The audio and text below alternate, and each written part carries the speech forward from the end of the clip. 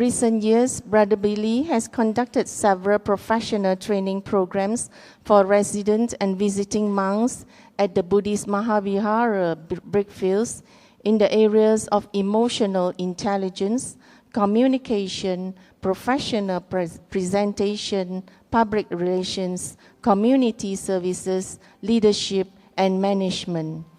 In sharing the Dhamma, Brother Billy researched discoveries from the fields of neuroscience and psychology to present teachings of the Buddha from a scientific perspective.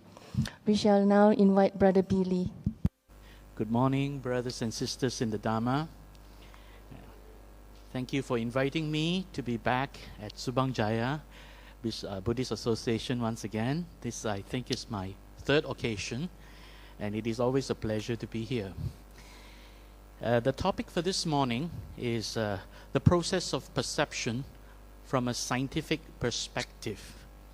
The motivation behind giving this sharing today is that during the many years I was working as a business development consultant and also as a professional trainer, one of the areas where I do a lot of training is to train people's mind, how to control their mind in terms of strengthening their mind. But during those years, I was not so much exposed to the Buddha Dharma. So a lot of my material during those years were gathered from the fields of psychology, neuroscience, and various fields of motivational science, and things like that. So I've collected quite a lot of that kind of material. And a lot of this scientific material are actually very interesting to explain what goes on in our brains, what goes on in our mind, and why we react the way we do, and all that. Then, of course, as the years went by, I got to know more and more about the Buddha Dharma, and I was very fortunate to have met my teacher, Venerable Dr. Pуннаджи, who actually himself relates the Buddha Dharma from a very interesting perspective. He's also a psychologist. He's got a doctorate in psychology. So during the lessons I had with him, I was very amazed. Everything that I've collected from the field of psychology and neuroscience are more or less precisely explaining a lot of the teachings of the Buddha. So I was very excited when I showed these things to my teacher. He said, this is right. A lot of these scientific explanations do explain some of the concepts that are spoken about in the sutra, which until today, there was very little scientific evidence to show them. So I was motivated and inspired to share this. So for me, this is not so much a so-called Dharma talk. I'm not giving a talk or anything like that. I'm just sharing all that I have collected over the years and how it is connected with the Buddha Dharma. So today, the process of perception is really involving the five khandhas, the pancha khandhas. They call it the five aggregates. But of course, my teacher translates it differently. There are two very important features in the talk that I'm sharing. The first is that it is very scientific based. So for those of you who may not be too interested from that perspective, just bear with us for a little while. But the second important thing is that I'm using the translations from my teacher, Venerable Dr. Pуннаджи, who himself translates directly from the Pali Canon. So his translation is direct from Pali into very precise English words, as I will explain later on. So today we're going to explore how this process of perception arises and how it actually causes perceptions in the mind, and because of this, it actually causes us to react. And in the process of this reaction, and this reaction is really tanha, the way we react to these stimulations.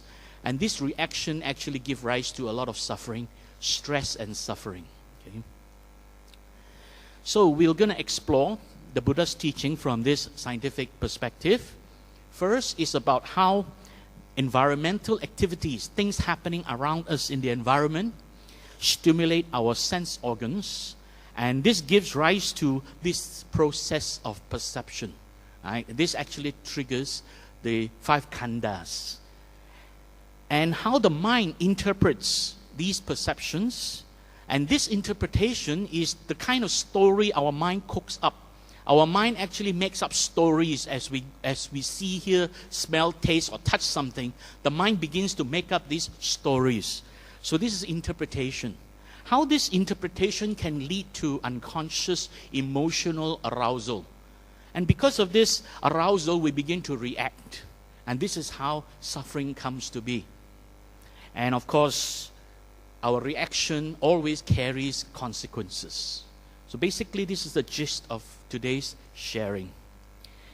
First, we look at this look at ourselves from a Buddhist perspective. When we say, "Who am I?" Now, in the conventional world, the conventional reality is whenever somebody asks himself, "Who am I?" they very often respond by saying, "I am so and so," using the name that is given to us. But the name is nothing but a label. So in reality, if we look around us, who am I? Every one of us, who are we? We are really organisms in an environment. That means everything that is happening around us is the environment. And we are organisms struggling in this environment to survive. And this struggling is dukkha. So we're basically organisms trying to survive in this environment. And because of the way we have evolved as human beings, there are 2 very important things happening to us outside our control. The first one is called metabolism. Metabolism is the process that actually sustains the life in our body. We are alive because of the process of metabolism. When the process of metabolism ceases, we're basically dead. We're no longer alive. Or to put the other way, the moment we die, metabolism in the body ceases. So it is this metabolism that is happening in the body that is keeping us alive. And this process of metabolism is very impersonal. It is happening because of the presence of necessary conditions. Right? Strong cells will survive, the weaker cells will die off. These are all happening, and we have no control over these things. We can only influence them in terms of consuming more healthy foods, taking care of our body to minimize injury, right? And that's all we can do. But the second thing happening to us is very interesting. It is called consciousness. Consciousness is again something we cannot control, so to speak. We can learn to cultivate it, but we can't control it. And this is basically the result of our 5 senses, right? Our 5 physical senses interacting with the environment, being stimulated by the environment. And with these 5 senses being stimulated in the environment, it actually gives rise to the 6th sense, which is the sense of the mind or cognition. So these 5 physical senses helps us to see, hear, smell, taste, and touch everything that's going on in the environment. But what's going on in the environment is impersonal. And that's the essence of the meaning anatta, no non-self. Everything is happening in an impersonal manner, but we try to personalize it. And that is what I will explore a little further, why we try to personalize things happening in our environment. So when we look at ourselves interacting with the environment as organisms, the environment is a very complicated environment today. Not the same as the way it was during the time of the Buddha. During the time of the Buddha, people talk about traveling to listen to Dharma talk when they hear, the Buddha or so-and-so is coming to town, giving a talk. Usually people travel from far distances. It may take them 1 or 2 days. So time frame in those days we speak of is in terms of days, travel time. But today, in the modern society, we hear, there is a Dharma talk going on, and we pop in the car and we drive up there. Within a matter of minutes, we're there. So that kind of conditions are totally different now. It's much, much more stressful, much more pressured than those days. So in order to help us deal with this environment, our body has evolved with a lot of very interesting equipment, so to speak, biological equipment to help us. So the first thing is really the central nervous system. This is really the thing that is helping us sense the environment and respond or react to the environment. At this point, I'd like to just clarify the two terms, respond, react. React is basically when we are stimulated by the environment, we immediately react without thinking, and that is reaction. Reaction is almost like an automatic thing without consideration, without planning, without thinking. Response is a bit different. When we're stimulated by the environment, if we just pause a little while, if we just maintain a little bit of mindfulness of what is happening and think about what has happened in front of us and process that thought and begin to consider our actions, the outcome of our actions, the consequence of our action before we actually do anything. And then we make a conscious decision to do something in a wholesome way, and that is responding. So it is important for all of us to recognize that when we are stimulated by things happening around us, respond. Right? Pause, think, consider, and then make a conscious decision to take wholesome action. That is responding. But very often we don't do that. Every one of us is guilty of it.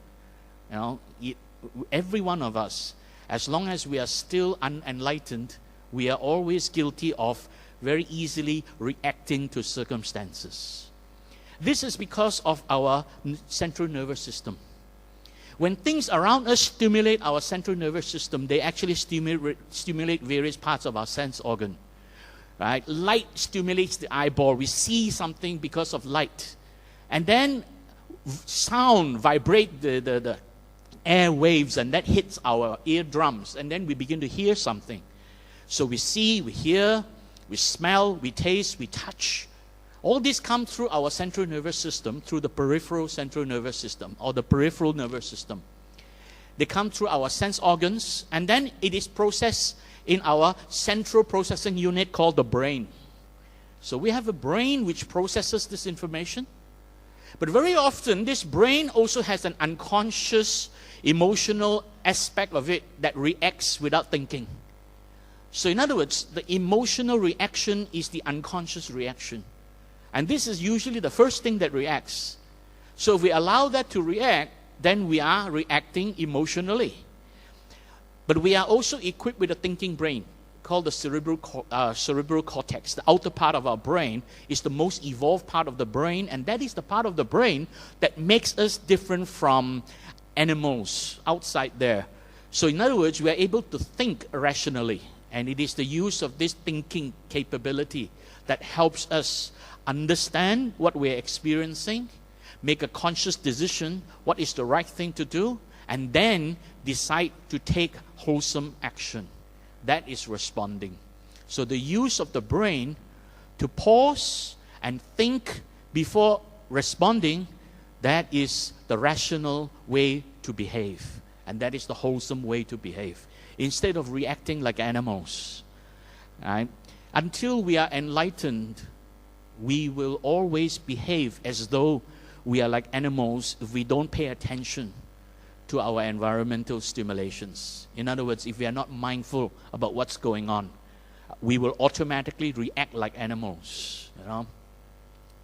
So let's go a little bit further about how we perceive, how we experience the environment through our process of perception.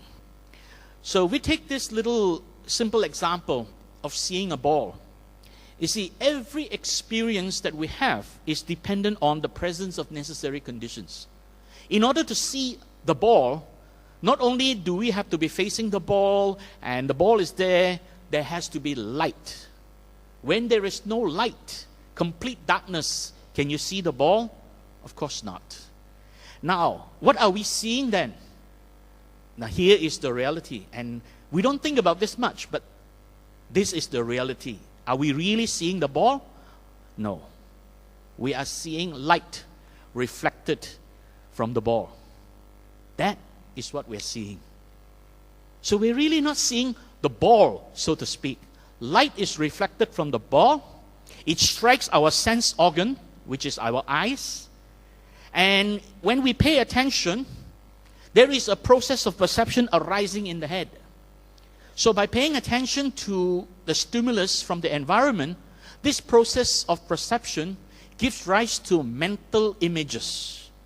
So there is a mental image of the ball, not because we are seeing the ball, but because we are seeing light reflected from the ball.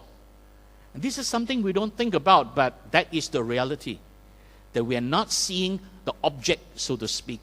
We are seeing light reflected from the object. And I'll explain a little further about the other senses. It's the same thing. You think you're hearing a sound when somebody plays the piano. Are you hearing the sound of the piano? No, you're not. The piano string is vibrating the soundboard in the piano is vibrating the air. The air vibrations enter your ear and strike your eardrum. So what are you hearing? You are hearing air vibrations caused by the piano. Just as you are seeing light reflected from the ball. So when we do that, when that happens, this mental image arises. The mind is very interesting. It actually projects what has been perceived. So the mind actually experiences this. Now, this is really just the experience. The light reflected from the object entering the eyeball, triggering our process of perception, that is the experience. But unfortunately, with this experience, the mind begins to proliferate. The mind begins to project. Projecting there is something out there, right? And this projection actually causes a breakdown between what's inside and what's outside. So this breakdown is called dichotomy, dichotomization, a scientific term. It's like dichotomy means breaking into two separate parts. What are the two separate parts? The subjective part and the objective part. The subjective part is called atta, or some call it self. The subjective self. So whenever we perceive something, what goes on inside, we process as the subjective self. And then the mind projects that I have now seen something out there and calls that the world, the loka, the world out there. Our mind automatically does that until we become enlightened. So for normal mortal minds like yours and mine, we are constantly doing this.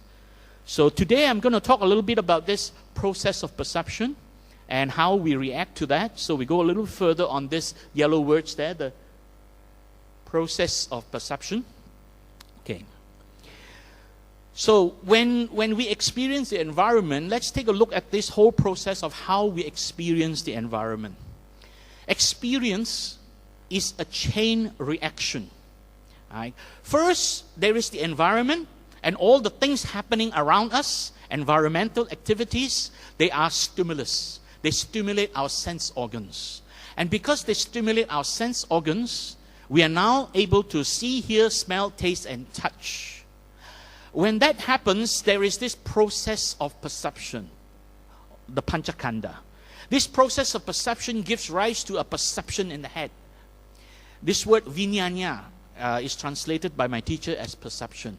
Very often you will find the word vijnana being translated as the word consciousness. And that is also easy to understand. You are conscious of something. But actually, from a scientific perspective, the word consciousness carries a deeper meaning than having seen something. Because at this moment in time, now all this is happening very fast, but I'll just point out one step at a time. At this moment in time, when the environmental stimulations make contact with your sense organs, all that you're having is just a perception of what the senses have been have received. There's no meaning yet. You have no emotions or thoughts or feelings about it yet. So perception is more accurate to explain what has just happened. Consciousness means more than that, actually, from a scientific perspective. The word consciousness carries a sense of self. The meaning that there is a self, right? So you begin to feel that you have a self. Now, at this moment in time, that self hasn't arisen yet. So the word perception is more accurate to reflect this situation. When this perception arises, vijnana arises, two processes kick in. The first process is the rational cognitive process called mano. That is the process to interpret what has just been perceived. And this process of interpretation of what has been perceived draws on memory of past experiences. If it is something you've seen before, you can interpret what it is. But if you're looking at something you've never seen before, you are puzzled. You have no way of interpreting what it is. So basically, interpretation of what you've seen draws from memory of past experiences. And this drawing from memory of past experiences, scientifically, is called recognition. Of course, if you recognize that word, recognition means recognition. Right? To pronounce it correctly, recognition. And because of recognition, you are now aware there is something you have just seen. The Pali word for this process of recognition is papancha. Right? Papancha actually takes on two dimensions. The first one is the rational papancha, drawing on memory to explain what you have just seen. But there is another kind of papancha which comes later, from the affective process. Because as the cognitive process arises, the affective process arises at the same time. The affective process is called chitta. And this is the process which actually carries our mood and temperament. And that begins to interpret the perception from a so-called emotional perspective. For lack of a better word, I will just use the word emotional. But actually it's a little bit more deeper than that. But let's just say emotional. We begin to interpret what we have just seen, heard, smelled, taste, and touch from an emotional perspective. And because of this emotional interpretation, it triggers an unconscious emotional arousal. This unconscious emotional arousal comes with biochemical chain reaction. So in other words, there are parts of the body that begin to react. All this is because of the way our brain has evolved. Whenever we see, hear, smell, taste, and touch something, and the brain begins to interpret what has been perceived, the brain itself actually reacts to threats. Many things appear to be threats, but these are not really threats as in somebody threatening your life. These can be something like a loud sound. A loud sound is interpreted by the brain as a kind of threat. And when the brain interprets these threats, it actually triggers biochemical chain reaction. This is called fight or flight reaction. So the brain actually releases hormones or triggers the release of hormones from the glands, from adrenal glands. So the brain sends messages to release hormones, and the hormone causes bodily changes. It causes various parts of your body to react, and therefore there is tension in the body. For instance, when you hear a loud sound, you become spooked and your body jumps a little bit. Or if you're sitting there quietly reading a book, and you are very engrossed in reading the book, and without realizing, somebody comes from behind you and taps you on the shoulder. What happens? You jump, you get spooked. This reaction is the fight or flight reaction. This reaction happens because of hormones. The same thing when you hear words, you may react. I will give you a simple reaction now. I just say the word asam laksa. Some of you will feel sourness in the mouth, right? Yeah? How many of you feel sourness in the mouth? Yes, because of hormones being triggered the moment the brain interprets the word asam laksa. Because your mind says, what is this? This is a very sour soup. How does it affect me? It is sour. And then the brain triggers various hormones. I can even make it worse by describing to you a worse condition like a chalkboard. Remember when we go to school, we use chalkboard, blackboard, and use the chalk to write on the blackboard, squeak, squeak, squeak, squeak, squeak, squeak, all that sound. And people with long nails, what do? They like to scratch the board, making this squeak sound. Now, how many of you right now are feeling tingling sensations in your body? Yeah? That is because of hormones. You've heard it, it processes it, it interprets it as some kind of a threat because this squeaking sound is threatening. The reason that is threatening is because of evolution. From years of evolution, when we were little baby, all these little squeaking sounds are actually made by babies crying. So as adults, when we hear the sound of a baby, we panic. Right? Unconsciously, there is a sense of panic. And that is that is a kind of very minor kind of fear reaction. Right? All this is happening in the body. So just moving on, because of all these bodily conditions, tensions in the body, we begin to feel it, bodily sensations, and this is dukkha. We feel it, the sourness you felt, the tingling sensation you felt when I talked about the chalkboard.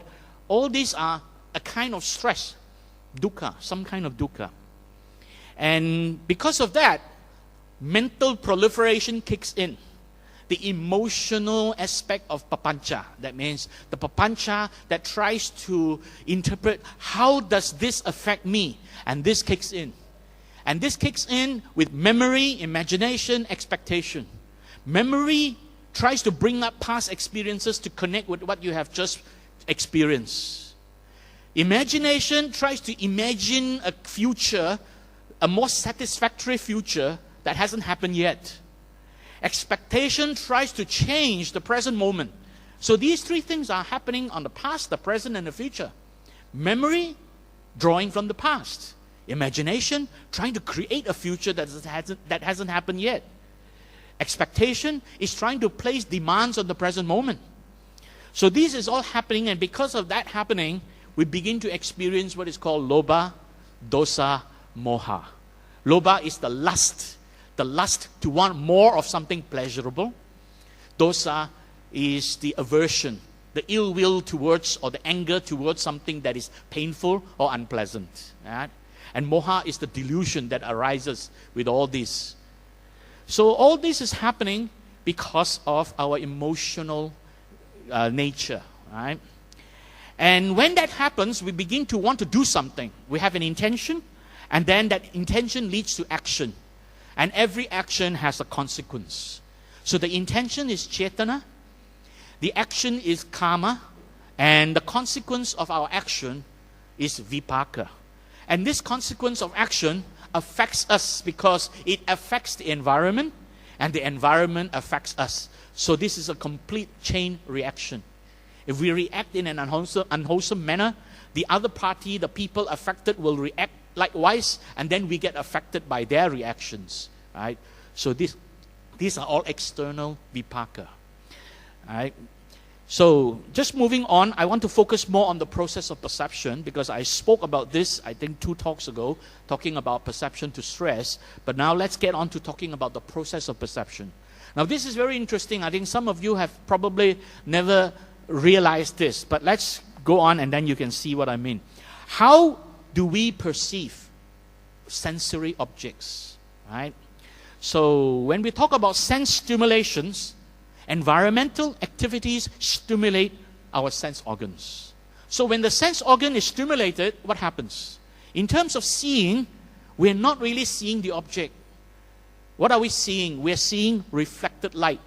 Light reflected from the object stimulates these light-sensitive cells in the back of the eye, in the retina part of the eye. Right? These cells are cones and rod cells.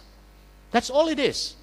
We see because these cell-like sensitive cells in the back of the eyeball are being stimulated by light. We hear because of air vibration, right, arriving at the eardrum, right, stimulating the eardrum, vibrating the eardrum, which then in turns vibrate 3 little bones, and these 3 little bones vibrate a part of the sense organ called the cochlea, which then sends signals to the brain. So all these are sending signals to the brain. Touch is the same. The touch receptor under our skin. Smell is because of molecules in the air striking at these receptor cells in our smell organ, olfactory bulb they call it. And taste is because the same thing. These taste molecules, flavor molecules, react chemically with our sense in the tongue, right? The sense of taste. These taste buds in the tongue. These receptors in the tongue. So this is how we see, hear, smell, taste, and touch. We are not seeing the object. We are not hearing the sound. We are seeing light reflected from the object. We are hearing air vibrations produced by the sound. These stimulations arouse feeling, vedana, and sensation, sanya. Again, the word sanya traditionally was translated as perception. my teacher, Venerable Dr. Pуннаджи, translate it as sensation. And scientifically, this is more correct. Sensation is the sensing of stimulation. And that's what sanya is, the sensing of stimulation in the nervous system. So let's look on. We take a look at the Panchakanda. There are 5 khandas, right?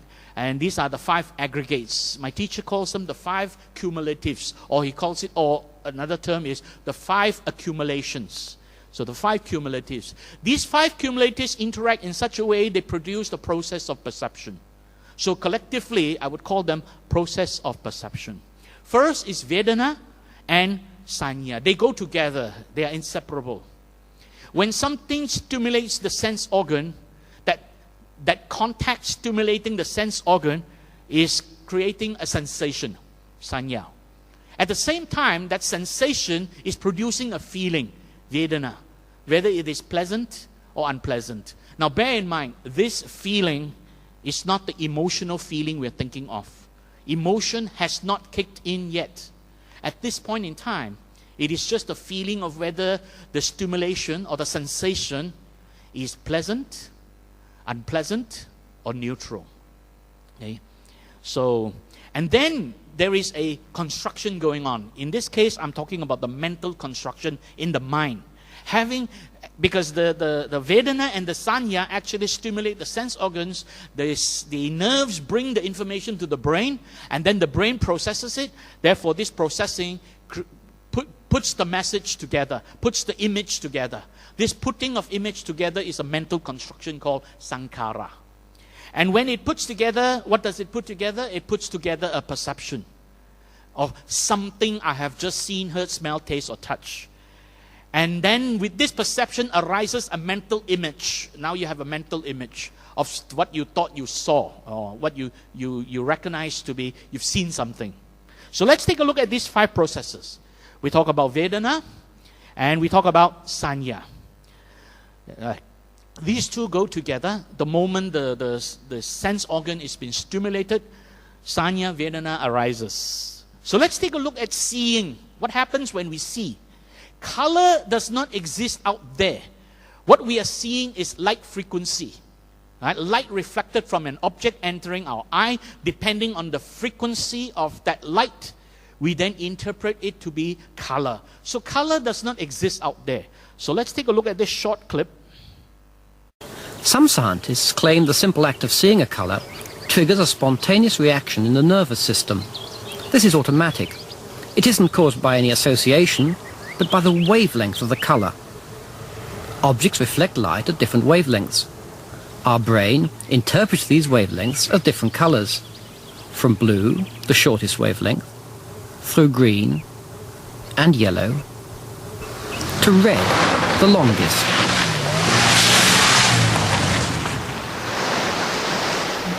The long wavelengths, the reds and oranges, are said to arouse the nervous system. Heart rate and blood pressure increase. The short wavelengths, the blues and violets, are meant to relax the nervous system. Okay, that's a short one. I'll show it again later on. I'll just explain a couple of things first, and then I'll show it one more time. So, actually what is happening is that we have 5 physical senses that is sensing the environment. What I've just shown you is basically the sense of sight. So that is because we are picking up light reflected, but there is also the other 4 senses. So these 5 physical senses carry information into the brain, and then the brain processes it. And that processing is the 6th sense, the mano, or cognition. Cognition is the brain's ability to process stimulus from the environment and try to understand what has been perceived. So that is the 6th sense. But in this processing, it always refers to memory of past experiences. So in other words, when we speak of the 5 senses, the stimulus is from the environment. When we speak of the 6th sense, the stimulus is basically the collective activity of these 5 senses, the Panchakanda, as well as our memory. Our memory of past experiences is the input to our 6th sense. And it is the memory that often brings us a lot of suffering too. remembering things that are unpleasant. You know, human beings are very strange creatures.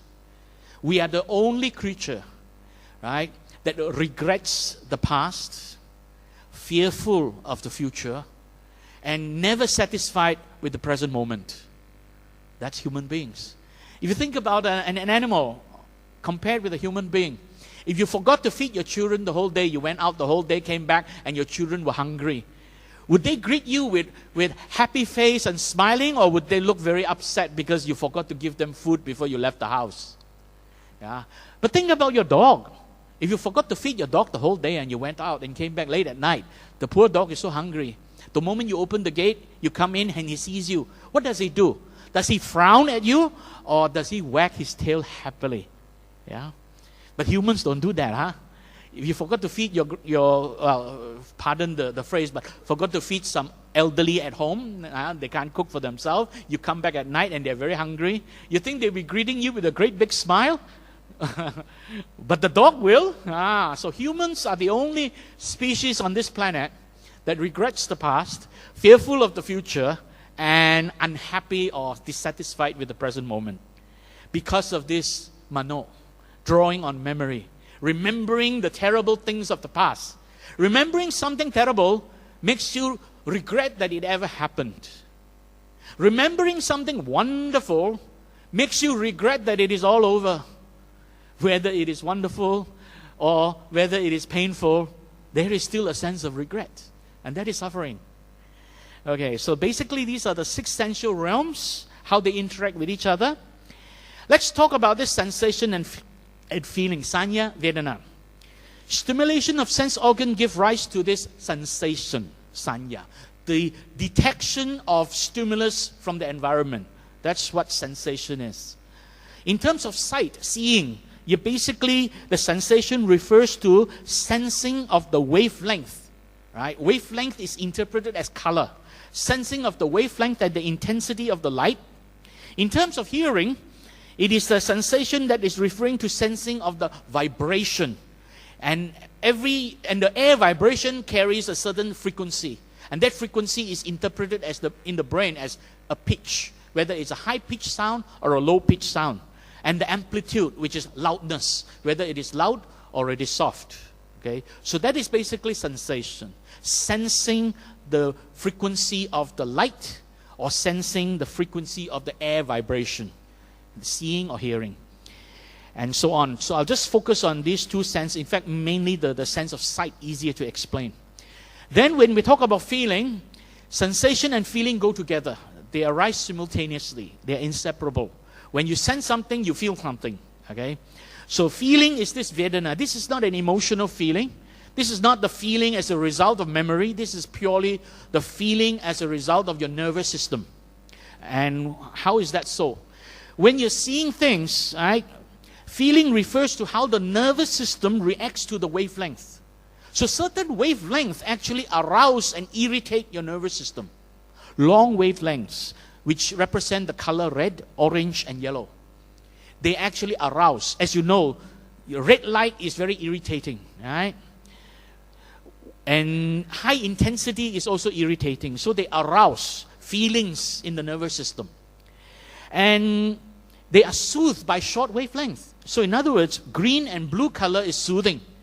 So why do we react like that? This is the result of evolution. We have no control over this, but because of evolution, we naturally react in a very irritated manner to red, yellow, and orange light. Whereas when it comes to blue and green light, we react in a more peaceful manner. And we like it more, so to speak. So the feeling is more pleasant. So this vedana is pleasant. If the light is blue or green, vedana is unpleasant and painful if it is red, orange, or yellow, generally speaking. Okay? The same with hearing. High-pitched sound irritates us. Low-pitched sound tend to be more soothing. Just imagine, you think of a sound of a very shrill sound. Somebody with a high-pitched voice. He speaks in a very high-pitched voice. It's very irritating. But think of a person who has a very low-pitched voice and he speaks to you in a low-pitched manner. And that is a bit more soothing. Yeah? because we react to it as a result of the way we have evolved. Our senses have evolved. So now let's take a look at the same thing again. So now you can see some of the words there and probably, hopefully, understand a little bit more. Some scientists claim the simple act of seeing a colour triggers a spontaneous reaction in the nervous system. This is automatic. It isn't caused by any association, but by the wavelength of the colour. Objects reflect light at different wavelengths. Our brain interprets these wavelengths as different colours, from blue, the shortest wavelength, through green and yellow, to red, the longest.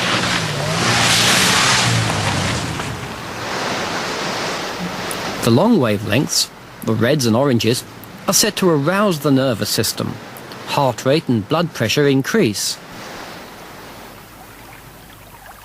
The short wavelengths, the blues and violets, are meant to relax the nervous system. So Vedana is the way the nervous system reacts to this light frequency. Now let's take a look at Sankhara, which is the mental construction.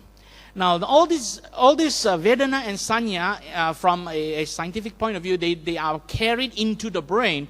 Millions of these signals come into the brain, and then it's constructed into an image. So I'm going to show you this very interesting thing, which I think many of you are not aware, but hopefully it will help you understand better why things are so impermanent out there. Okay, basically, as far as Sankhara is concerned, there are three kinds of Sankhara. There is the mental part of Sankhara, there is the verbal part of Sankhara, and there is the physical part of Sankhara. Here we are going to focus on the mental part, the Vedana Sanya, the Sankhara resulting from Vedana Sanya. Okay. Take a look at this image. I want you to experience this. Take a look at this image. We know who she is. I want you to focus your attention on both her eyes. And now pay attention, be mindful to what's happening in your eyeball. Look at both her eyes at the same time. Can you see both her eyes at the same time? Or are your eyeballs darting back and forth between the two eyes? How many of you think you're seeing both her eyes at the same time? Nobody. How many of you realize your eyeball is really darting back and forth between the two eyes? Yeah. If you're mindful, you will realize that. That is really what is happening to us. We are not seeing an image as a whole. The eyeball is darting around, picking up bits and pieces. These bits and pieces are the little Sanya Vedana that is being picked up. Bits and pieces that is being picked up. And all these bits and pieces are millions of them every moment. Every one moment, there's 100 million of these going on. They are brought to the brain and then compiled together, constructed into a mental image. That construction is Sankhara. So let's take a look at how that works. Your eyeball is made of something at the back called the retina, where at the small part of the retina, a very small portion of the retina, 1/3 of a square millimeter. If you think of 1 millimeter, 1 millimeter by 1 millimeter is 1 square millimeter. Think of an area 1/3 that size. That's how small this little part at the back of your brain is. At the back of the retina is. Here, the fovea. 1/3 of a square millimeter. And inside there is jam-packed 100 million light-sensitive cells. Light comes in, it strikes the retina, and at the part where the fovea is, that is the part where we are able to focus. Very small little part, 1/3 of a square millimeter. And in there are two categories of light-sensitive cells, rods and cones. Rod cells are the ones you see in black. They sense shades of gray, blurry images. They are not sharp. Cone cells are the ones that sense specific range of light frequency. Not one frequency, but a range. So there is one kind of cone cells that sense red, another kind of cone cells that sense green, and another kind of cone cells that sense blue. 3 different kinds of color. That's all we are seeing. Our eyeball is capturing wavelengths ranges in only 3 ranges: red, green, and blue. And each stimulated cell, each stimulated cone or rod cell sends that information to the brain. And jam-packed inside there is approximately 120 million cells. That is how much information is going to the brain. These 120 million cells are stimulated simultaneously, sending this information continuously. It's not like just one time 120 million. It is continuously 120 million, 120 million, 120 million, happening very, very fast. A very small fraction of a second, 120 million signals go to the brain. And the brain has to construct this into an image. So when you're seeing something, you're actually picking up all over bits and pieces of that image and constructing it in the brain. So let's take a look at this construction process.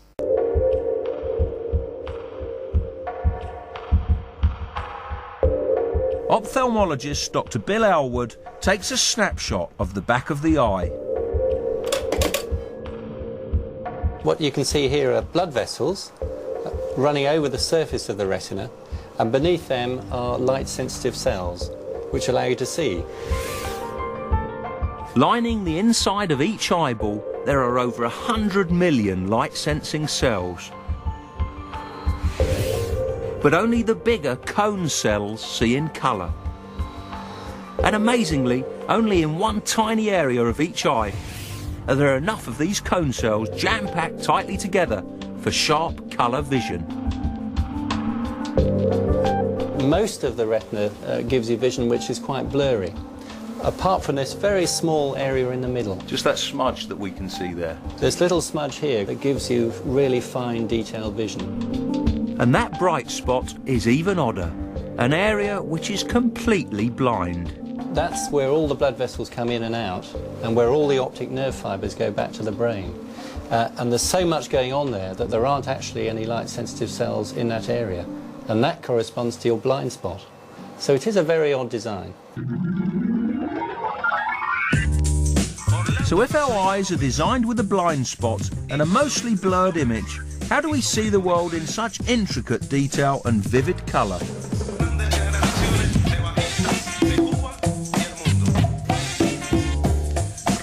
The patchy image made at the back of the eye is just the beginning of how we see. As our eyes dart around, we make sure that anything interesting is lined up on our sharp spot, so we get a good look at it. And you don't know you're doing it, because the brain takes these jerky snapshots and creates a nice smooth movie of the world. And the brain also compensates for the blind spot. Because our eyes give us slightly different images, we can combine them to give one complete picture.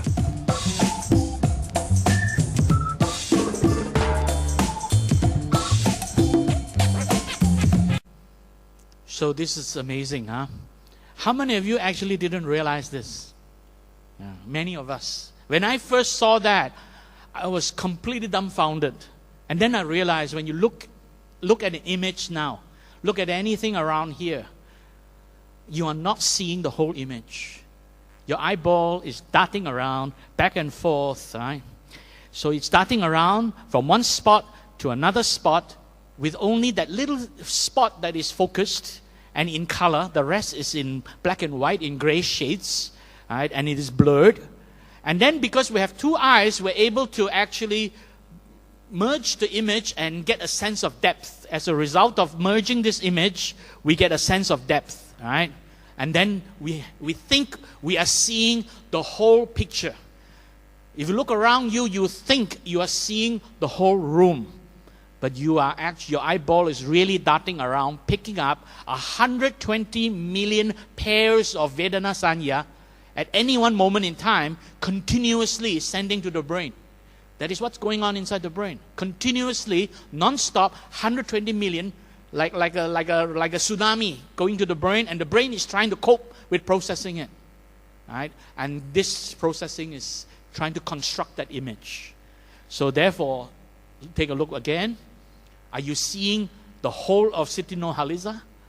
Or are you really, your eyeball is darting around looking at bits and pieces of her face? Now you realize a little bit of mindfulness of what's going on in your eyeball, you will understand what I mean. You are not seeing the whole of her face. Your eyeball is darting around, bits and pieces, trying to pick up that image. So we are seeing in jigsaw puzzle manner. Okay? So that is sankhara, how it is constructed, and then gives rise to this perception, an understanding that now I've seen something. And this perception gives rise to a mental image that arises. Oh, now I have seen something. All right? So this is really how this 5 aggregates really work in that sense. I'm only presenting the scientific aspect of it. Of course, there is a more deeper explanation to this, but I'll just show you, I've only shown you the scientific part of it. So therefore, when you think you're seeing an object, all that is happening is light reflected from the object, striking your sense organ, and when you pay attention, the process of perception gives rise to a mental image. You are not seeing an object. You are seeing light reflected from the object. And that is the experience you're having. Therefore, we can only speak of experience. And then the mind projects and breaks it into 2 parts, the part that is the self and the part that is the world. So this is how actually also the self arises. But that is a subject to another talk, how the self arises from a scientific perspective. So basically, we should be able to understand how we are now perceiving things. And this is a very, very important message, that what we're seeing, what we think we're seeing, is happening in such high speed, it is so impermanent. This is really a very important lesson about anicca, that everything is so impermanent. Things arise dependent on the presence of necessary conditions. Anything affecting the way we are seeing will affect what we see and how we interpret what we see. So how do we interpret what we see? The mind is made of these 3 parts. The perception, which is vijnana, because of the panchakanda.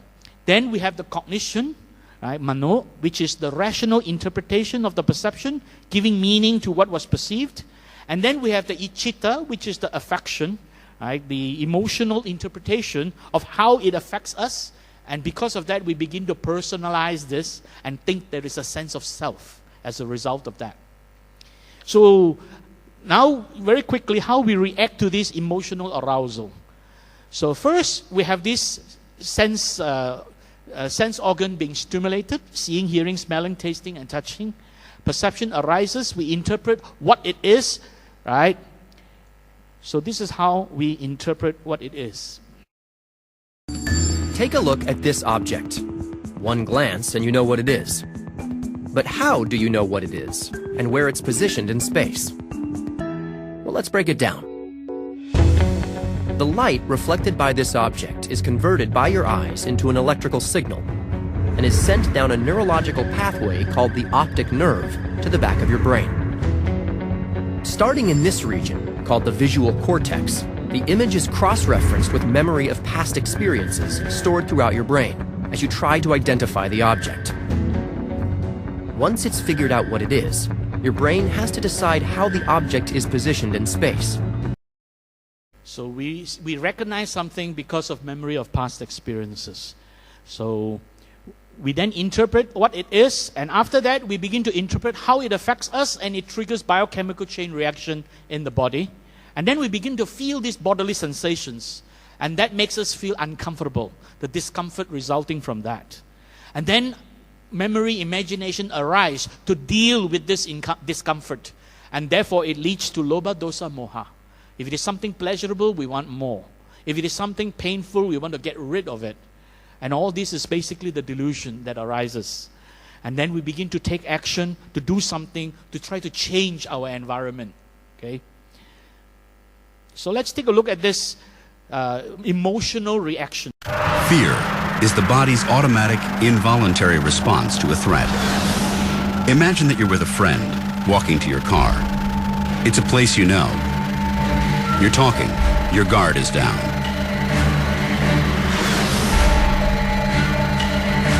What happens next happens fast. The sudden appearance of a threat first registers in a small part of the brain called the amygdala. The amygdala is always working, constantly searching for danger. When it spots a threat, it sounds an alarm. Our autonomic nervous system, which controls functions we aren't conscious of, like breathing, goes into overdrive. In a matter of seconds, the body prepares for battle. A tidal wave of chemicals shoots into the bloodstream. Stimulants like adrenaline and cortisol that speed up your heart and send blood rushing to your muscles. Now your mind and body are running fast, which changes your perception of time. Everything seems to slow down.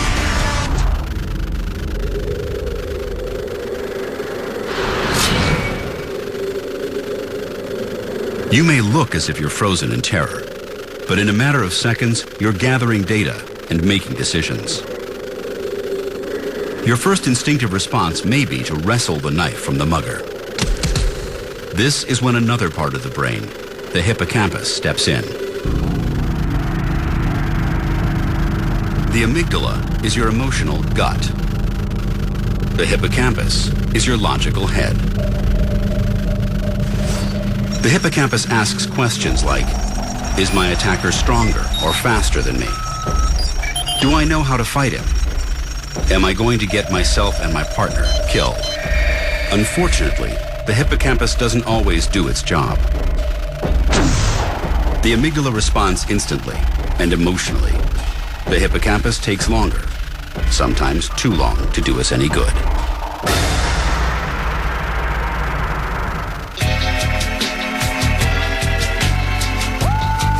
The amygdala is our Stone Age brain.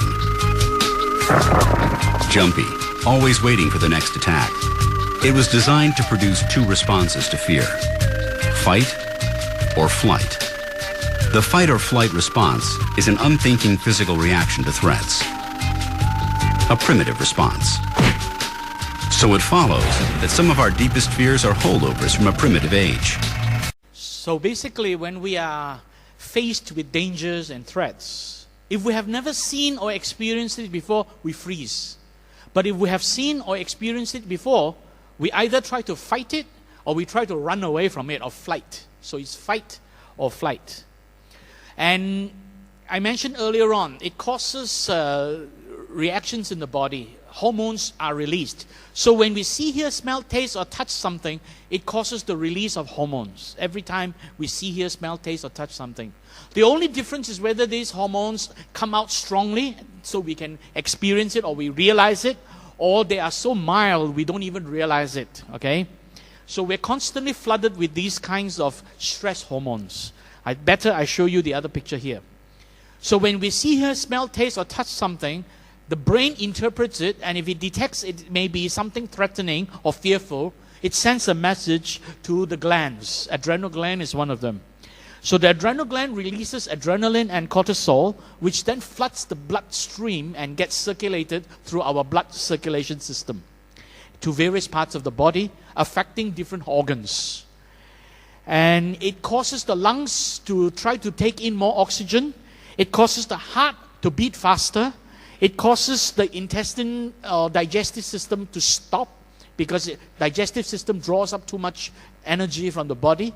Now you need to conserve energy to fight this threat. It causes various muscles to tense up. That's why people feel tension in the body. They feel muscle very tensed. They feel stiffness in the body. So people who are often stressed will often experience stiffness in the body because of all this. And then it causes the hair to stand on end. This is evolutionary. This is the remnant of evolutionary past. But we do experience it. It's called goose pimple. So when we experience goose pimple, that is your hair standing on end.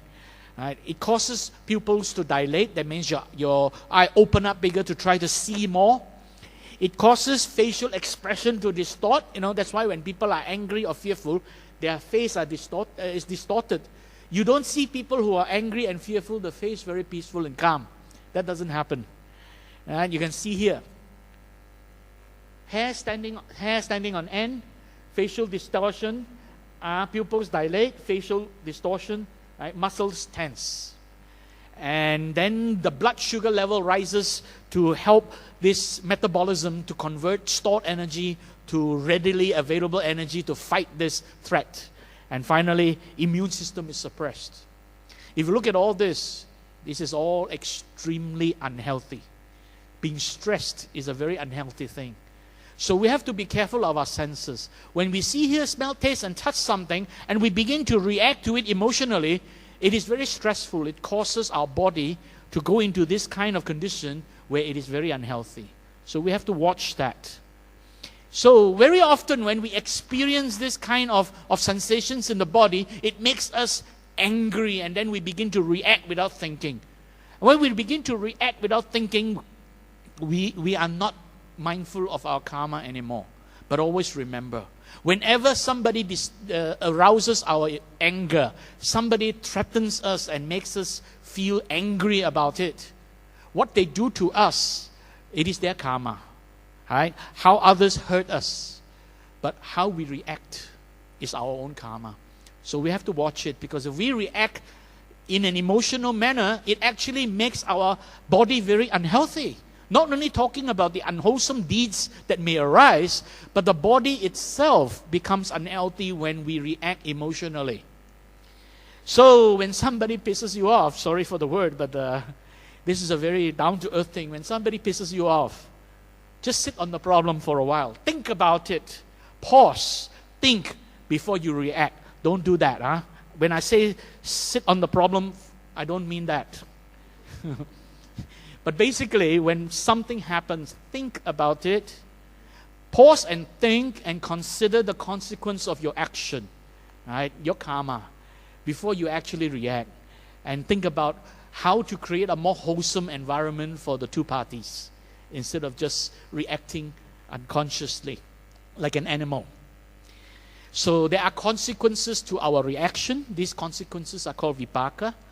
Internal consequences as well as external consequences. Internal consequences I've already described to you. That is the stress reaction.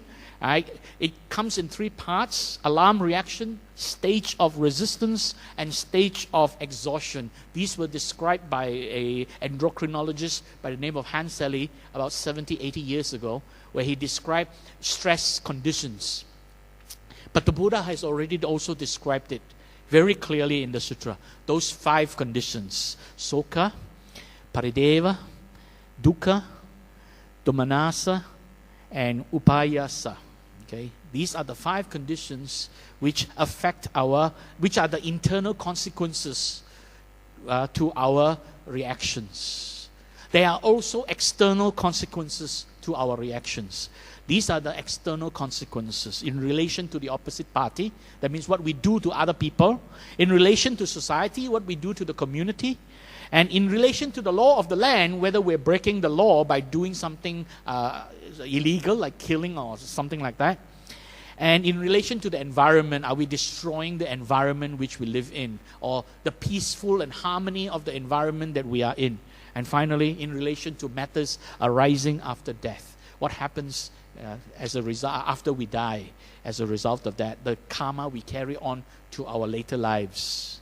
So these are the external consequences. So in conclusion, sensory experiences are dependent on the presence of the necessary conditions. And these conditions are unstable and unreliable. That is what anicca really means, right? That these conditions are unstable, unreliable. Then our mind begins to interpret what we experience, right? Interpret this sense experience by referring to memory, imagination, expectation. We can't stop that. It happens automatically. But we can actually play it down. We can actually think about it before we react. But when we don't think about it and begin to react, it becomes a pressure to us. And that causes various things happening in the body. The mind and body are intertwined. In psychology, this is called psychosomatic condition, where the mind, the body are intertwined. And this leads to this unconscious emotional reaction that disturbs the mind. And because of that, that is dukkha. The mind is being disturbed, dukkha. And finally, this disturbance leads to us personalizing the experience. Why is he hurting me? The I and the me become very strong. Right? We personalize every experience we have. But the fact remains, we can't personalize because life is an impersonal process. We are just organisms in an environment, and consciousness of the experience is really a very impersonal process that is continuously ongoing.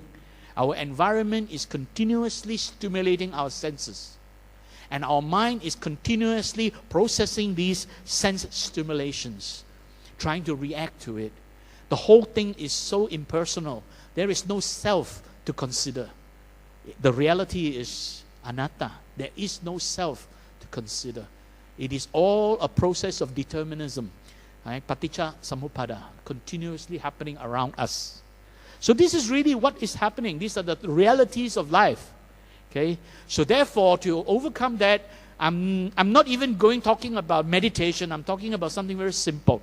First, guard your senses. Refrain from unwholesome stimulations or conditioning from the environment. The second one, minimize mental proliferation that draws on memory, imagination, expectation, because they actually can cause havoc to your interpretation. Third, pay attention to your bodily sensation. Pay attention to emotional arousals, especially these bodily sensations. When you experience heart rate rising, when you experience your breathing deepening, when you experience your voice level going up or the pitch of your voice rising, when you experience body trembling, when you experience blood pressure rising or body temperature rising, realize something has happened that aroused your emotions. Be mindful of that. Think about it before you respond. Realize that these bodily sensations are actually a message to you to realize, do not react in an unwholesome manner. Think first. Therefore, pause and think before reacting. Right? And finally, whatever you want to do, consider the consequence of every reaction that you're going to take or response. So basically, this is the very simple, basic practice of mindfulness, not even talking about meditation. Simple things that we can do in our daily lives around us, moment to moment. And as all the Buddhas have taught us, abandon the evil ways. Enter the good life and learn to purify our mind, cultivate our mind for wholesomeness, because this is the teachings of all the Buddha. And if we can do that, when we are faced with these changing vicissitudes of life, if the mind can be kept undisturbed, free from worry, lust, and fear, this is the supreme bliss. And this was explained very well in the Mangala Sutta. Thank you very much for coming. All right. Sadhu, sadhu, sadhu.